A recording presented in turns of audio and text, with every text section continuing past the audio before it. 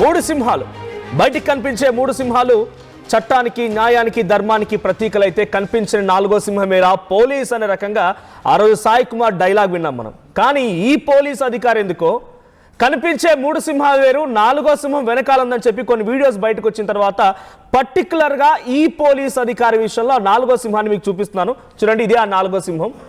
ఆ నాలుగో సింహం ఒక అమ్మాయితో సరసలాడుతోంది. డ్యూటీలో డ్రెస్ వేసుకొని మరి అమ్మాయి నడుంగిల్లుతూ అమ్మాయిని ఒళ్ళో కూర్చోబెట్టుకొని సరసాలాడుతోంది నాలుగో సింహం. ఇదొకటే కాదు, ఇంకా సంచలన ఆడియోలు కూడా ఉన్నాయి. ఆయన ఎవరో ఒక కింది స్థాయి కానిస్టేబుల్, లేకపోతే కింది స్థాయి ఎస్ఐఓ సిఐఓ, లేకపోతే ఇంకేదైనా నార్మల్ ఒక క్యాడర్ అనుకుంటే పొరపాటే.